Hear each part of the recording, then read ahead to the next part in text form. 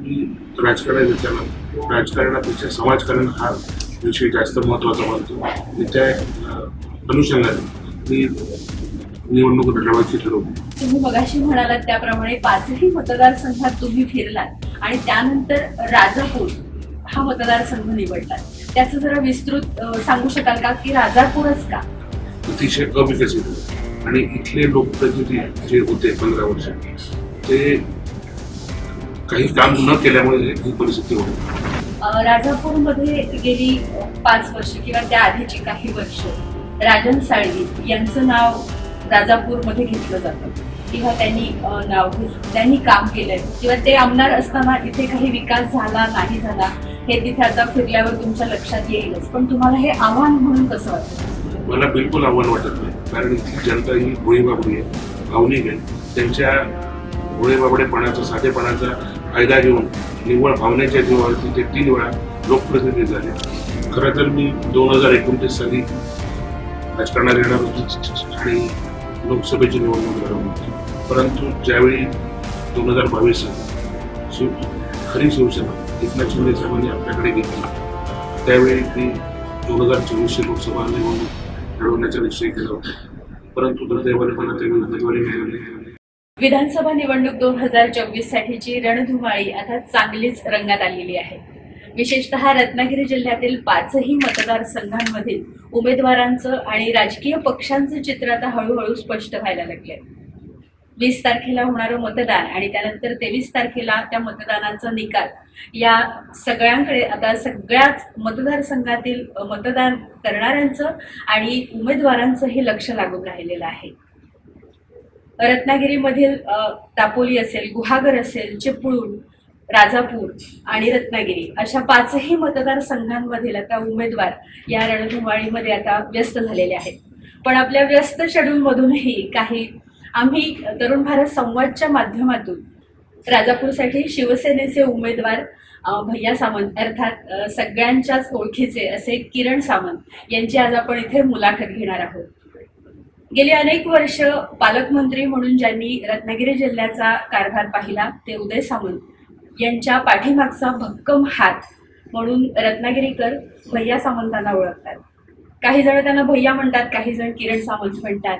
कोणतीही अडीअडचण असू दे, कुठेही काही काम अडलं असू दे किंवा मदतीचा हात हवा असू दे, धाव घ्यायची असेल तर भैयांकडे.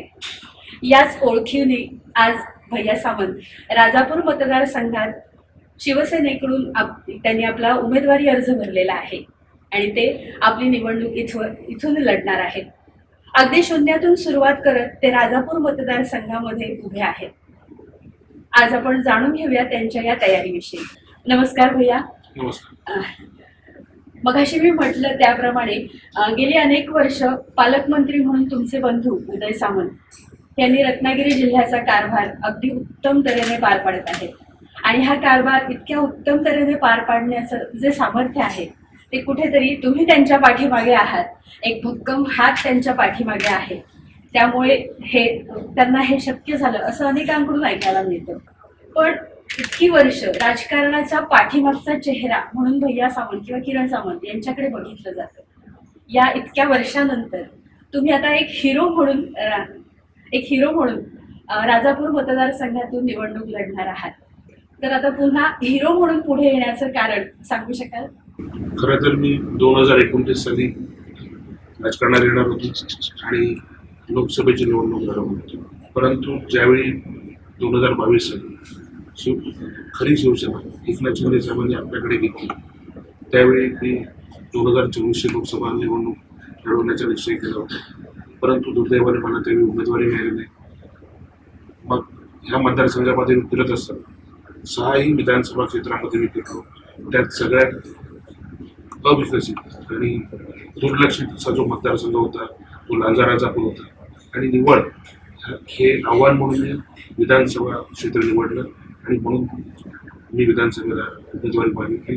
महायुतीच्या माध्यमातून शिवसेना असेल, भाजप असेल, रिपाई असेल, राष्ट्रवादी अजितदादा पवार गट असेल, तसंच बळीराज सेना यांच्या सगळ्यांच्या महायुतीच्या माध्यमातून मला ही उमेदवारी मिळते. अगदीच आपल्या सगळ्यांनाच माहिती आहे की रत्नागिरी जिल्ह्याचे पालकमंत्री म्हणून उदय सामंत यांच्याकडे अगदी बघितलं जातं आणि त्यांच्यामध्ये खंबीरपणे उभे असलेले आपण. तर पालकमंत्री म्हणून जेव्हा सामंत साहेब काम करतात तेव्हा त्यांच्या पाठीमागे खंबीरपणे तुम्ही उभे आहात. आता राजापूरच्या मतदारसंघामध्ये तुम्ही प्रत्यक्ष राजकारणात उतरणार आहात. तर पाठीमागे उभं राहून तुम्ही बरेच वर्ष राजकारणात आहातच, फक्त तो चेहरा पुढे आलेला नव्हता. आता प्रत्यक्ष राजकारणात आल्यावर तुम्हाला कसं वाटतंय? राजकारणात येताना राजकारणापेक्षा समाजकारण हा विषय जास्त महत्त्वाचा मानतो आणि त्या अनुषंगाने मी निवडणूक लढवायची ठरवली आणि या निवडणुकीला मी सामोरा जातो. बऱ्याचशा अडचणी या विधानसभा क्षेत्रामध्ये आहेत. या अडचणीवर मात करून ह्या मतदारसंघाचा चेहरा मोहरा बदलण्याचा निश्चय मी महायुती सरकारच्या माध्यमातून करणार आहे आणि मी तो लवकरात लवकर करून दाखवेल याची मला पूर्ण आहे. याआधी सुद्धा आपण राजकारणाचा भाग म्हणून होतात, पण काय म्हणतो पडद्यामागचे कलाकार म्हणून होतात. तेव्हाचं राजकारण आणि आता प्रत्यक्ष राजकारण यामधला फरक सांगू शकाल का? उदय सामंत ज्यावेळी महाराष्ट्र राज्याचे मंत्री होते आहेत आणि पूर्ण महाराष्ट्रामध्ये फिरत असतात, त्यांचं ऑफिस किंवा त्यांच्या जो कार्यकर्ते असतील, मतदार असतील, ही कामं घेऊन यायची. त्या कामांमध्ये मी लक्ष घालून ती कामं पूर्ण करण्याचा प्रयत्न केला आणि पूर्णपणे ती कामं झालीच होती. त्यावेळी मी कोणतीही जातपात धर्म बघितला नाही. जे येतील त्याला कामं करायचो, त्याप्रमाणे करत आहे. कुठच्याही पद्धतीचा, कुठच्या पक्षाचा आहे, कुठच्या गावाचा आहे, कधीच नव्हतं. त्यामुळे त्याचा फायदा या निवडणुकीमध्ये मला पूर्ण होतोय आणि ज्याप्रमाणे रत्नागिरी मतदारसंघामध्ये उदय सामंतला मताधिक्य असेल त्याच पद्धतीमध्ये राजापूरमध्ये मलाही मताधिक्य असेल याची मला पूर्ण होते. नक्कीच. आणि किरण सामंत हे नाव राजापूरमध्ये अगदी आता गावागावातल्या प्रत्येक घराघरात आता पोहोचेलच या निवडणुकीच्या माध्यमातून, अशी आपण अपेक्षा करूया. या संदर्भातच विचारताना मला आणखीन एक विचारावंसं वाटेल की विधानसभेच्या आधी लोकसभेची निवडणूक झाली, तर त्या निवडणुकीमध्ये तुम्ही इच्छुक होता आणि थोडीशी नाराजी होती आणि तेव्हाचे तुमचे स्टेटस जे होते ते अगदी सगळ्यांच्या मोबाईलवरती फिरत होते, नजरेत भरण्यासारखी होते. ती नाराजी का होती किंवा त्या संदर्भात काही सांगू शकाल? नाही, ते त्यावेळी स्टेटस नव्हतं. ते लोकसभा निवडणुकीच्या अगोदर आणि नंतरचे होते. त्यामुळे त्या निवडणुकीला मला तिकीट मिळालं नाही म्हणून क्षणभर मला वाईट वाटलं, नाराज बिलकुल नव्हतं. आणखी मी काम देखील केलं. मी ठरवलं नंतर विधानसभा लढवायची आणि विधानसभेला मी आता उमेदवारी देखील म्हणतो. अगदी तुम्ही मगाशी म्हणालात त्याप्रमाणे 5ही मतदारसंघात तुम्ही फिरलात आणि त्यानंतर राजापूर हा मतदारसंघ निवडलात. त्याचं जरा विस्तृत सांगू शकाल का की राजापूरच का? राजापूर मतदारसंघ हा अतिशय दुर्लक्षित आहे, अतिशय अविकसित आहे आणि इथले लोकप्रतिनिधी जे होते 15 वर्ष ते काही काम न केल्यामुळे ही परिस्थिती होती. परंतु ज्यावेळी शिवसेना वेगळी झाली त्यावेळेपासून लोकसभेपर्यंत इथले लोकप्रतिनिधी माननीय मुख्यमंत्री साहेबांना मी आपल्यासोबत येतो असं सांगून त्यांना हुलकावत होतो. आणि ज्यावेळी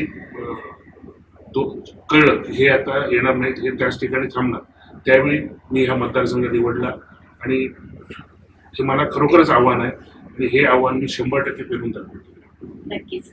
राजापूरमध्ये गेली 5 वर्ष किंवा त्या आधीची काही वर्ष राजन साळवी यांचं नाव राजापूरमध्ये घेतलं जातं किंवा त्यांनी काम केलंय किंवा ते आमदार असताना इथे काही विकास झाला नाही झाला हे तिथे आता फिरल्यावर तुमच्या लक्षात येईलच. पण तुम्हाला हे आव्हान म्हणून कसं वाटतं? मला बिलकुल आव्हान वाटत नाही, कारण इथली जनता ही भोळीबाबडी आहे, भावनिक आहे. त्यांच्या भोळेबाबडेपणाचा, साधेपणाचा फायदा घेऊन निव्वळ भावनेच्या जीवावरती ते 3 वेळा लोकप्रतिनिधी झाले. भविष्यामध्ये लोकांनी ओळखले की ही भावनेच्या जीवावरती न लढवता निवडणूक ही विकासावरती लढवायची आणि मतदारांनी ही निवडणूक हातामध्ये घेतली असून 23 तारीखला मतपेटी ज्यावेळी उघडतील त्यावेळी उद्रेक झालेला दिसेल. सगळी मतं ही शिवसेना धनुष्यबाण निशाण्याला पडलेली दिसतील आणि माझा विजय हा मोठा मताधिक्याने असेल, ऐतिहासिक विजय असेल हे देखील या निमित्ताने. राजापूर म्हटलं की संपूर्ण महाराष्ट्रासमोर एकच प्रश्न उभा राहतो, तो म्हणजे बारसू रिफायनरी. महायुतीने बारसू रिफायनरी बाबत काय म्हणजे त्यांची काय भूमिका असणार आहे किंवा तुम्ही उमेदवार म्हणून त्यांचं प्रतिनिधित्व करताय, तर तुमची या रिफायनरीबाबत काय नक्की भूमिका असणार? स्थानिक लोकांनी, स्थानिक जनतेने ह्या गोष्टीला विरोध केल्यामुळे रिफायनरीच्या ऐवजी इथे पर्यावरणपूरक 2 मोठे उद्योग, त्यांची जवळपास गुंतवणूक ही 25 ते 30,000 कोटीच्या आसपास असेल आणि 80% स्थानिक लोकांना इथे रोजगार मिळवून दिला जाईल. ह्या पद्धतीचे उद्योगाचं नियोजन झालं आणि ते येणार. फक्त आचारसंहिता असल्यामुळे किंवा आचारसंहिता चालू झाल्यामुळे ह्या उद्योगांचं डिक्लेरेशन झालेलं नाही किंवा ह्या उद्योगांचं भूमिपूजन करू शकलो नाही. नक्कीच. परवाच मतदारसंघामध्ये तुम्ही प्रचारासाठी फिरत असताना राजापुरातल्या एका वडापावच्या गाडीवरती वडापाव खातानाचे व्हिडिओ व्हायरल झाले. लोकांना ते थोडे भावनिक वाटले. एक आपल्यामध्ये समाविष्ट होणारा एक नेता आपल्या बरोबर फिरतोय आणि तो आपल्या इथे राजकारणात सहभागी होणार आहे हे लोकांना आवडायला लागले. पण हे फिरत असताना तुम्हाला इथल्या रोजगाराचा प्रश्न महत्वाचा वाटतो का? किंवा इथे जी बेरोजगारी आहे, सगळ्यात महत्वाचा प्रश्न राजापूरमध्ये जो आहे तो म्हणजे इथले बरेचसे युवा जी पिढी आहे ती स्थलांतरित होते, मुंबईत किंवा पुण्याला जॉब निमित्ताने जाते आणि इथे मागे उरतात ते फक्त त्यांचे म्हातारे आई वडील. तर ह्या युवकांना इथे थांबवण्यासाठी किंवा इथे रोजगार निर्मिती करण्यासाठी तुम्ही काही विशेष प्रयत्न करणार का?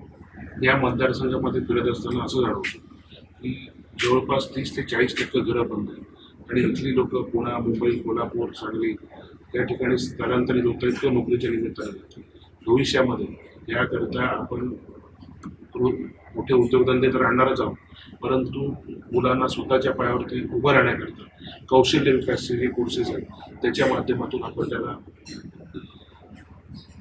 शिक्षण देणं आणि त्या लोकांना त्याचा उपयोग नोकरी करण्याकरता सुद्धा होऊ शकतो, त्याचप्रमाणे स्वतःचे छोटे मोठे उद्योग करण्याकरता होऊ शकतो. आज जर आपण मुंबई, पुण्यासारख्या ठिकाणी बघितलं किंवा रत्नागिरीसारख्या ठिकाणी जरी बघितलं तरी घराचं इंटेरियर करायचं तर जे परप्रांतीय लोक आहेत, सुतार परप्रांतीय, प्लंबिंग करणारे लोक परप्रांतीय, त्या लोकांना इथे हे पद्धतीचं जर प्रशिक्षण दिलं तर ही लोक इथेच राहू शकतील.